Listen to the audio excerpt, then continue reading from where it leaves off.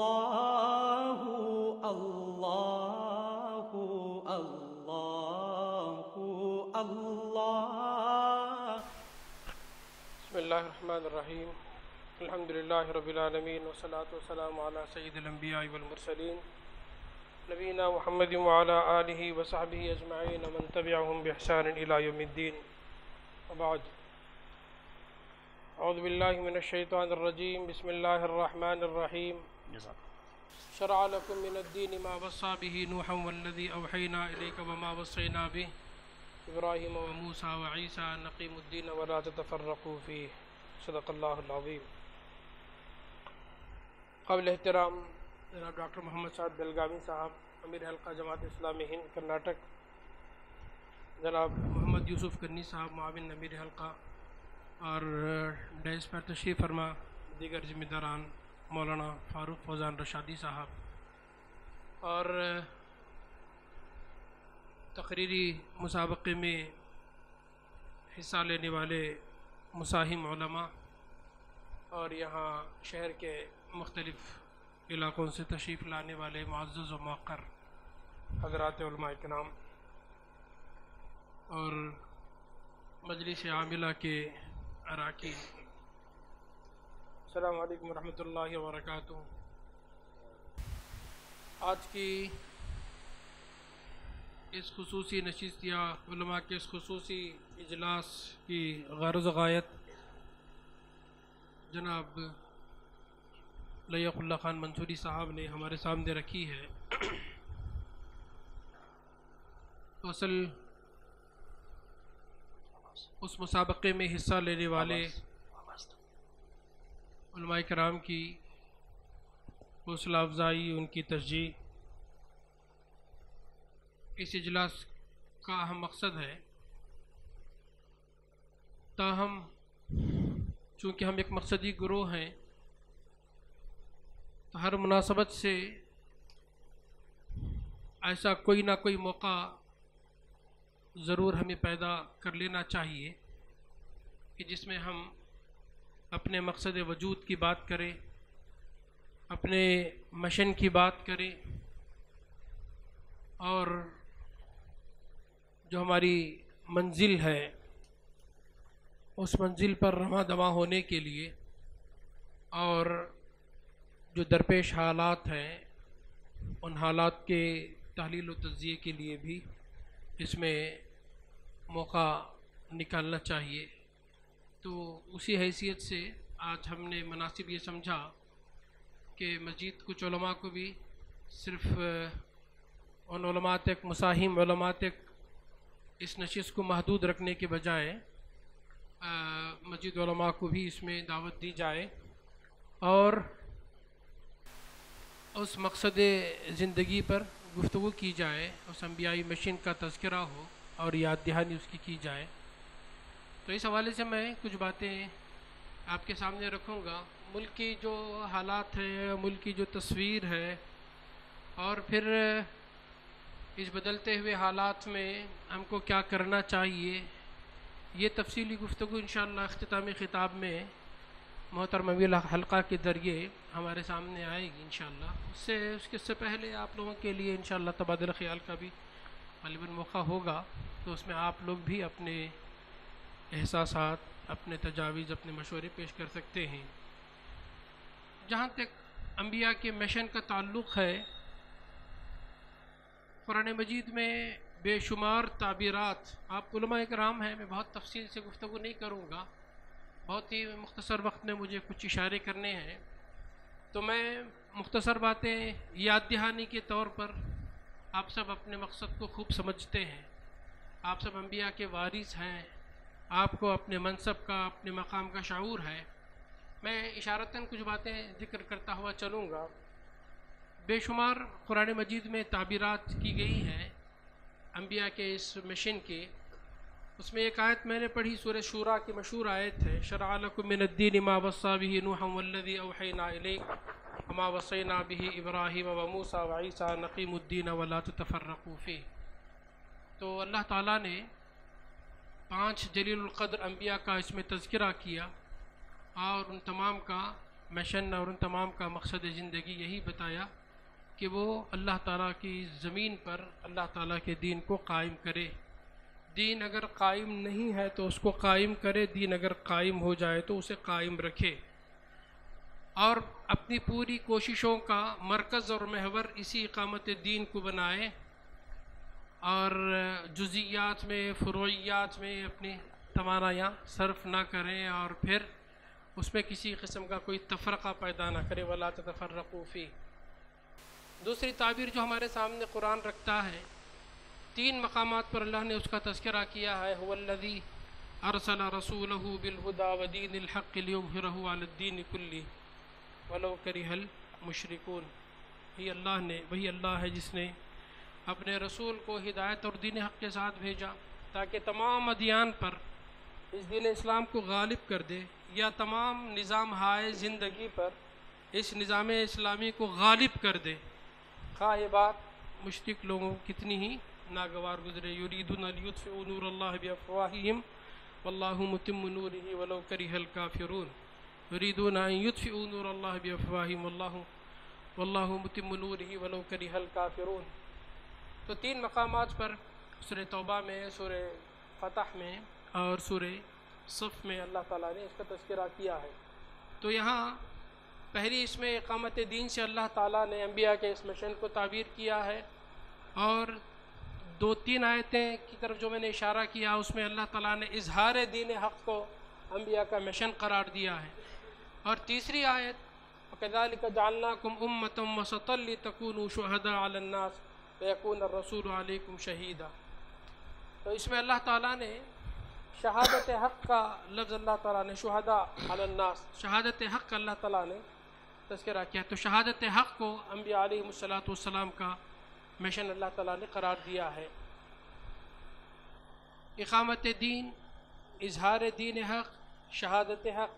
اور تیسری تعبیر جو قرآن نے، چوتھی تعبیر جو قرآن نے کی ہے، وَكُنْتُمْ خَيْرَ أُمَّةٍ أُخْرِجَتْ لِلنَّاسِ تَأْمُرُونَ بِالْمَعْرُوفِ وَتَنْهُونَ عَنِ الْمُنْكَرِ وَتُؤْمِنُونَ بِاللَّهِ. تم بہترین امت ہو، اللہ تعالیٰ نے لوگوں کے لیے تم کو بپا کیا ہے، اور تمہارا مقصد یہ ہے کہ تم لوگوں کو بھلائی کا حکم دو اور برائی سے روکو. یعنی امر بالمعروف نہی عن المنکر سے اللہ تعالیٰ نے اس کو تعبیر کیا ہے. اور اس سے قبل ایک آیت میں اللہ نے وَلْتَكُن مِّنكُمْ أُمَّةٌ يَدْعُونَ إِلَى الْخَيْرِ. تو دعوت الی الخیر سے اللہ تعالیٰ نے اس کو تعبیر کیا ہے. تو اس کی 5ویں تعبیر جو ہے دعوت الی الخیر ہے. اور پھر سورہ حمیم سجدہ کی وہ مشہور آیت وَمَنْ أَحْسَنُ قَوْلًا مِّمَّنْ دَعَا إِلَى اللَّهِ وَعَمِلَ صَالِحًا وَقَالَ إِنَّنِي مِنَ الْمُسْلِمِينَ.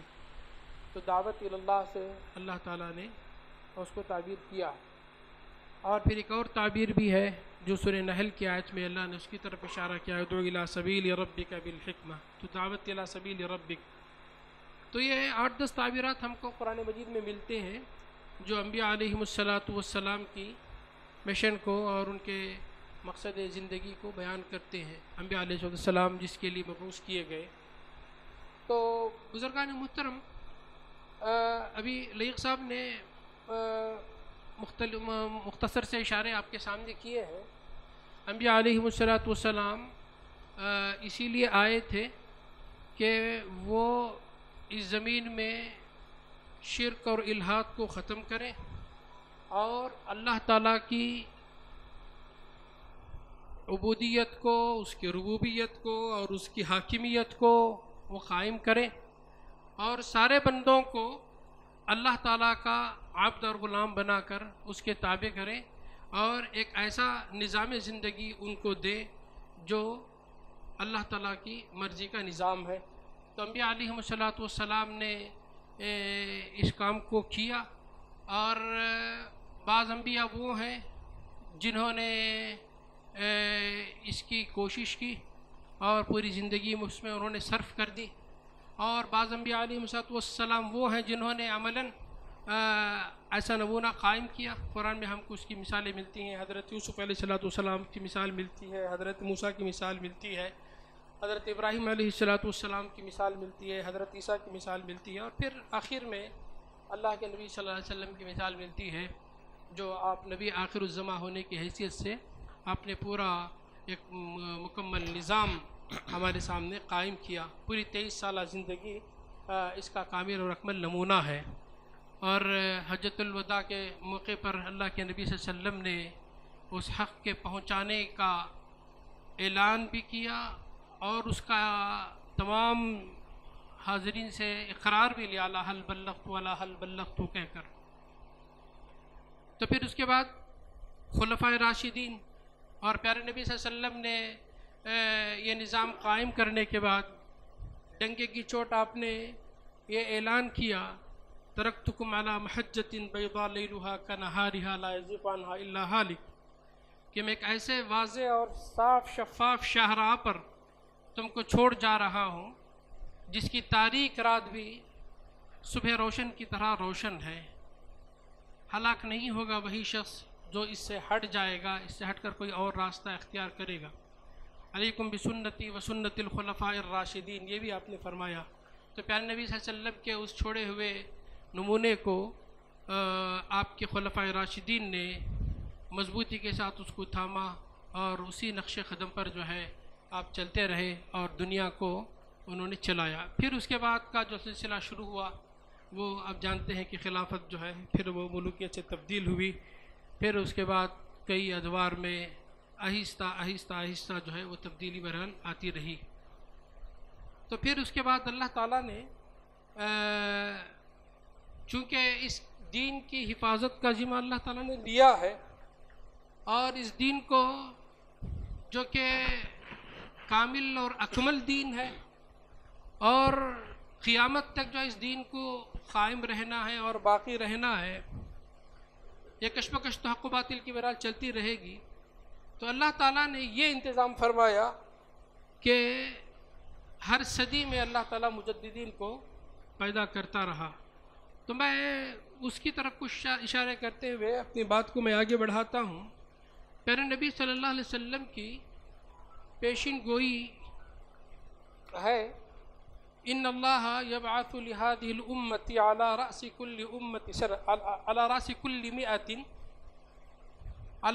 كل مئة سنة من يجدد لها دینها. اللہ تعالیٰ ہر صدی کے سر پر اس امت کے لیے ایسے لوگ اٹھاتا رہے گا جو اس کے لیے اس کے دین کو تازہ کریں گے. تو یہاں آپ ذرا غور فرمائیں، حضرات علماء کرام عربی سے واقف ہے. من کا لفظ قرآن نے استعمال، اللہ کے نبی صلی اللہ علیہ وسلم نے استعمال فرمایا ہے. تو من علماء جانتے ہیں کہ یہ واحد کے لیے بھی آتا ہے اور جمع کے لیے بھی آتا ہے.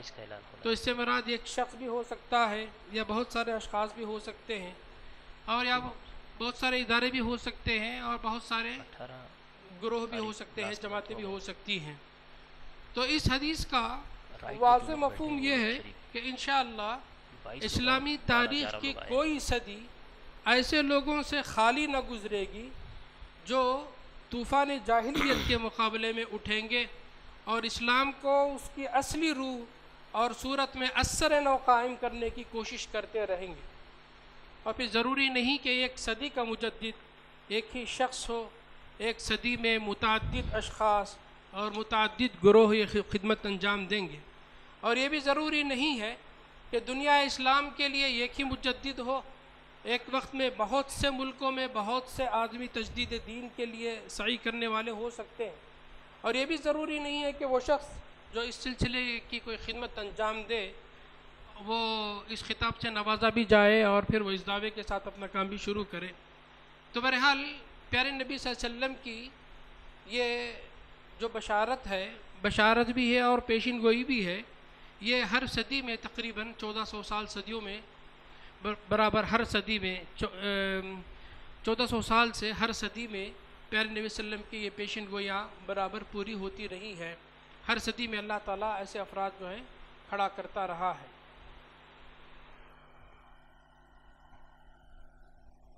تو جو لوگ ان مختلف صدیوں میں آگے بتاؤں گا کہ وہ کون کون لوگ جو ہے کس طرح سے انہوں نے وہ کیا، جو کام کیے، ان کاموں کی طرف میں اشارہ کرتا ہوں. کار تجدید میں جن لوگوں نے جو کام کیے ان میں سب سے پہلے جو بھی مجددین آئے انہوں نے اپنے ماحول کی صحیح تشخیص اور حالات کا صحیح جائزہ اور تجزیہ کیا اور پھر اصلاح کی انہوں نے تجویزیں جو ہے پیش کی، اور اسلام کے اجتماعی نظام کو مستحکم کرنے کی اثراً انہوں نے کوشش کی، اور پھر ذہنی انقلاب کی بھی انہوں نے کوششیں کی، لوگوں کے خیالات کو انہوں نے بدلا، عقائد اور افکار کو اسلام کے سانچے میں اثراً انہوں نے ڈالا، پھر نظام تعلیم و تربیت کی انہوں نے اصلاح کی، پھر علوم اسلامیہ کا انہوں نے احیاء کیا، اور فی الجملہ انسانی ذہنوں میں اسلامی ذہنیت کو انہوں نے اثر نو تازہ کیا، اور پھر جاہلی رسومات کو انہوں نے مٹایا، انسانوں کے اخلاق کا تزکیہ کیا، اور اتباع شریعت کے جوش سے لوگوں کو اثر نو انہوں نے جو ہے ان کے سینوں کو منور کیا، اور پھر بہت سارے وقت کے لحاظ سے انہوں نے اجتہادات بھی کیے۔ تو بہرحال نظام اسلامی کے احیاء کے لیے بڑی کوششیں انہوں نے کی، اور انہی بڑے بڑے مجددین میں سے سب سے پہلے مجدد جو شمار کیے جاتے ہیں وہ حضرت عمر بن عبدالعزیز رحمۃ اللہ علیہ ہے۔ ان کی تفصیلی زندگی بہت لمبا وقت چاہتی ہے، میں صرف وہ اصلاحی پہلو ان کا ذکر کرتا ہوں جو خصوصاً انہوں نے تجدید کے حوالے سے کیا ہے۔ تو اللہ تعالیٰ نے ان کو سیاسی اقتدار بھی عطا کیا تھا، تو اس سے کام لے کر انہوں نے لوگوں کی ذہنی و اخلاقی معاشرتی زندگیوں میں جاہلیت کے اثرات کو انہوں نے ختم کیا، پھر فاسد عقیدوں کی اشاعت کو انہوں نے روکا، عوام کی تعلیم کا وسیع پیمانے پر انہوں نے انتظام کیا، قرآن حدیث فقہ کے علوم کی طرف اہل دماغ طبقوں کو متوجہ کیا، اور ایک ایسی علمی تحریک پیدا کر دی جس کے اثر سے اسلام کو امام ابو حنیفہ رحمۃ اللہ علیہ، امام مالک، امام شافعی، امام احمد بن حنبل رحمہم اللہ جیسے مجتہدین میسر آئے۔ پھر اتباع شریعت کی روح کو تازہ کیا، شراب نوشی، عیش و تنعم کی بیماریاں ختم کی، اور وہ مقصد پورا کیا جس کے لیے اسلام اپنی حکومت قائم کرنا چاہتا ہے۔ الذین مکناہم فی الارض اقاموا الصلاۃ وآتوا الزکاۃ وامروا بالمعروف ونہوا عن المنکر وللہ عاقبۃ الامور۔ اس کے لیے اللہ تعالیٰ نے بہت ہی مختصر وقت ان کو دیا تھا، 2 سال میں جو ہے گویا انہوں نے ایک انقلاب عظیم برپا کیا۔ پھر بنی امیہ کے لوگ ان کے دشمن ہو گئے، اس بندے خدا کے، انہوں نے ان کو زہر دے کر ختم کر دیا۔ 37 سال میں وہ منصب خلافت پر آئے، اور پھر 39 سال میں 2 سال بعد جو ہے وہ دنیا سے رخصت ہو گئے۔ پھر اس کے بعد ائمہ 4 کھڑے ہوئے، اور ان حضرات نے اپنی گہری بصیرت اور غیر معمولی ذکاوت و ذہانت سے ایسے مذاہب فکر پیدا کیے جن کی زبردست طاقت 7-8 صدیوں تک مجتہدین پیدا کرتی رہی۔ پھر ان لوگوں نے سارا کام جو ہے شاہی نظام حکومت کی امداد کے بغیر اس کی مداخلت سے بالکل آزاد ہو کر انجام دیا، اور اس سلسلے میں وہ تکلیفیں اٹھائی جن کے تصور سے رونگٹے کھڑے ہو جاتے ہیں۔ امام حنیفہ رحمۃ اللہ علیہ نے بنی امیہ اور بنی عباس دونوں کے زمانے میں کوڑوں کی مار جھیلی اور قید و بند کی سزائیں بھگتی، یہاں تک کہ زہر سے آپ کا خاتمہ ہی کر دیا گیا۔ امام مالک رحمۃ اللہ علیہ کو منصور عباسی کے زمانے میں 70 کوڑوں کی سزا سنائی گئی، اور اس طرح ان کی مشقیں کسی گئی کہ ہاتھ بازو سے اکھڑ گئے۔ امام احمد بن حنبل رحمۃ اللہ علیہ پر مامون، معتصم اور واثق تینوں کے زمانے میں مسلسل مصائب و شدائد کے پہاڑ توڑے جاتے رہے، اور اتنا مارا گیا کہ شاید اونٹ یا ہاتھی بھی اس جگہ اگر ہوتا تو وہ بھی اس کی تاب نہ لا سکتا۔ پھر متوکل کے زمانے میں انعام و اکرام اور عقیدت اور تعظیم کی بارش آپ پر کی گئی، تو آپ اس سے گھبرا اٹھے اور پکار کر کہنے لگے ھذا امر اشد علی من ذاک، یہ معاملہ تو میرے لیے اس معاملے سے بھی زیادہ سخت ہے۔ تو بہرحال انہی قربانیوں کے نتیجے میں آج اسلامی قوانین اور علوم حدیث و قرآن کا جتنا معتبر و مستند ذخیرہ ہم تک پہنچا ہے وہ جاہلیت کے ادنا شعبے سے بھی ملوث نہیں ہوا ہے۔ تو بہرحال اس میں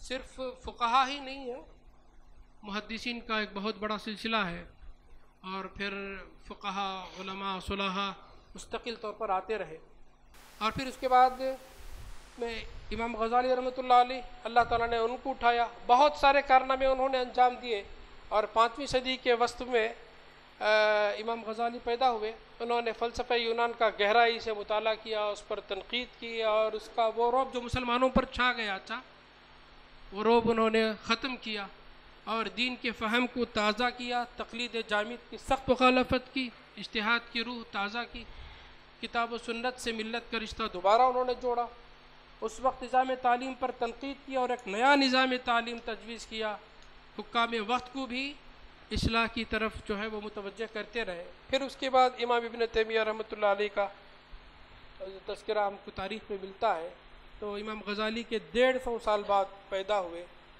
اور سندھ سے فرات تک تمام مسلمانوں کو تاتاری غارت گر پامال کر چکے تھے۔ دائمی خوف اور بدامنی کی حالت نے مسلمانوں کو پستی میں بہت نیچے گرا دیا تھا، بدعت و خرافات نے شرعی حیثیت اختیار کر لی تھی، تو امام ابن تیمیہ رحمۃ اللہ علیہ نے مجتہد مطلق کا مرتبہ حاصل کیا، علوم عقلیہ، منطق، فلسفہ اور کلام میں کمال رکھتے تھے، اور پھر آپ نے یونانی منطق و فلسفے پر زیادہ گہری تنقید کی، اسلام کے عقائد، احکام و قوانین کی تائید میں زبردست دلائل قائم کیے، تقلید جامد کے خلاف میں آواز اٹھائی، اور اجتہاد کا باب امت پر کھولا، بدعات اور مشرکانہ رسوم اور اخلاقی گمراہیوں کے خلاف جہاد کیا، اور کئی مرتبہ جیل میں ڈالے گئے۔ تاتاری وحشت و بربریت کے مقابلے میں تلوار سے بھی جہاد کیا۔ پھر اہم کارنامہ آپ کا یہ ہے کہ ٹوٹتی بکھرتی مایوسی میں ڈوبتی امت کو ایک نیا حوصلہ دے کر کھڑا کیا۔ پھر اس کے بعد عہد قریب میں ہم کو بر صغیر میں شیخ احمد سرہندی رحمۃ اللہ علیہ 7ویں صدی عیسوی میں اکبر کے من گھڑت دین الہی کے خلاف میں جہاد کیا، علماء سو کا مقابلہ کیا، تنہا احیاء دین کی جد و جہد کی، اور ہندوستان میں حکومت کو بالکل ہی کفر کے گود میں چلے جانے سے روکا، اور پھر تصوف کے چشمہ صافی کو راہبانہ گمراہیوں سے روکا۔ پھر اس کے بعد شاہ ولی اللہ بہدید دہلوی رحمۃ اللہ علیہ، سید احمد بریلوی رحمۃ اللہ علیہ، شاہ سید اسماعیل شہید رحمۃ اللہ علیہ وغیرہ وغیرہ۔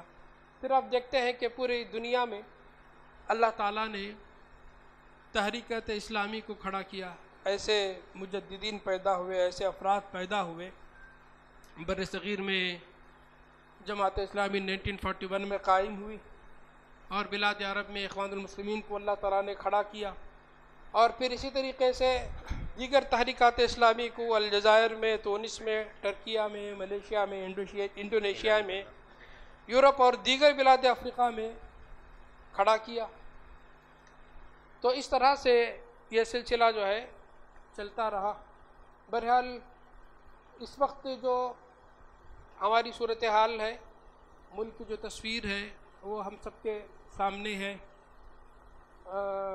بہت ہی قریبی زمانے میں سے ہم گزر رہے ہیں، اس طرح کے یہاں بل پاس ہو رہے ہیں، قوانین بنائے جا رہے ہیں، مسلم پسند اللہ پر جو خطرات کے بادل منڈا رہے ہیں، اور اس کی ایک مثال طلاق ثلاثے کے بل کے پاس ہونے کا ہے۔ پھر اس کے بعد CAA کو ہم نے دیکھا، پورا عرصہ پورا ملک سراپا احتجاج بنا ہوا تھا۔ پھر بابری مسجد کا فیصلہ آیا، پھر ملزمین کو کلین چٹ دی گئی، یہ فیصلہ بھی ہم نے دیکھا۔ پھر اس کے بعد کووڈ کی وبا سے پوری دنیا متاثر ہوئی، تو ایسے حالات میں بھی یہاں کے فسطائی طاقتوں نے، برسر اقتدار گروہ نے جو کچھ کیا اور جو کچھ کر رہے ہیں، یہ ساری چیزیں ہمارے سامنے ہیں۔ اور پھر اب نئی تعلیمی پالیسی بھی منظر عام پر آ چکی ہے، اس سلسلے میں اس کے ذیل میں کیا کچھ اندیشے اور خدشات ہیں، یہ بھی ہمارے سامنے ہیں۔ پھر ابھی حال میں ہم نے آسام اور راجستھان وغیرہ میں دینی مدارس کے ساتھ کیا معاملہ کیا گیا، کیا کیا جا رہا ہے، اور کس طرح سے ایک خوف و ہراس کا ماحول پیدا کیا جا رہا ہے۔ پھر امت کو مرعوب کرنے، خوف و ہراس میں مبتلا کرنے کے لیے جو کچھ کیا جا رہا ہے، چاہے وہ دہلی کے فسادات ہو، یا پھر ملک کے مختلف گوشوں میں، اور خود ہمارے شہر میں پچھلے 2 مہینوں سے جو شورشیں برپا ہوئی ہیں احارت رسول کے واقعے کو بہانہ بنا کر، اور پھر اس کے بعد ملت کے نوجوانوں کو گرفتار کرنے کی، ملت کو ہراساں کرنے کی، ظلم و ستم کے مستقل ایک باب کو دراز کرنے کا جو سلسلہ چل رہا ہے، یہ صورتحال سب ہمارے سامنے ہے۔ تو معزز علماء کرام، میں نے یہ چند اشارے انبیائی مشن کے حوالے سے اور وارثین انبیاء کی کاوشوں کے حوالے سے میں نے آپ کے سامنے اس لیے رکھی ہے کہ ہم غور کریں، سنجیدگی سے ہم سوچیں، اور ہم میں سے ہر فرد اپنے اپنے طور پر ممبر و محراب سے، اپنے مکاتب اور مدارس سے، اپنی اسکولوں اور کالجوں سے اور نوجوانوں کی صحبتوں سے جو کچھ ہم کر سکتے ہیں، یا پھر تجارتی لائن سے بہت سارے لوگ ہمیں تاجر بھی ہیں ماشاءاللہ، جو کچھ ہم کر سکتے ہیں تو اس وقت ہم کو وہ کرنا چاہیے۔ ملت اس وقت بڑی ڈری ہوئی ہے، سہمی ہوئی ہے، اور بڑی بے بسی اور قسم پرسی کے عالم میں ہے۔ تو ایسی صورت میں ملت کو سنبھالا دینا، ملت کو حوصلہ دینا، اور اس کو مایوسی اور مرعوبیت سے بچانا، اور ایک نئے عزم اور حوصلے کے ساتھ اس کو کھڑا کرنا، اور اس کے کھوئے ہوئے مقام کو دوبارہ اسے دلانا، اور خصوصاً ایک داعی گروہ کے حیثیت سے اس کو کھڑا کرنا اور حالات کے مقابلے کے لیے اسے آمادہ کرنا اور اس کے اندر صلاحیت پیدا کرنا، یہ ہماری اولین ذمہ داری ہے۔ تو لہذا ہم اس ذمہ داری کو سمجھیں اور مقدور بھر اس کے لیے کوشش بھی کریں، اور اللہ تعالیٰ سے ہم دعائیں بھی کرتے رہیں کہ اللہ تعالیٰ مجھے اور آپ کو اور پوری ملت اسلامیہ کو اس کا شعور بخشے۔ آمین۔ وآخر دعوانا الحمدللہ رب العالمین۔ السلام علیکم۔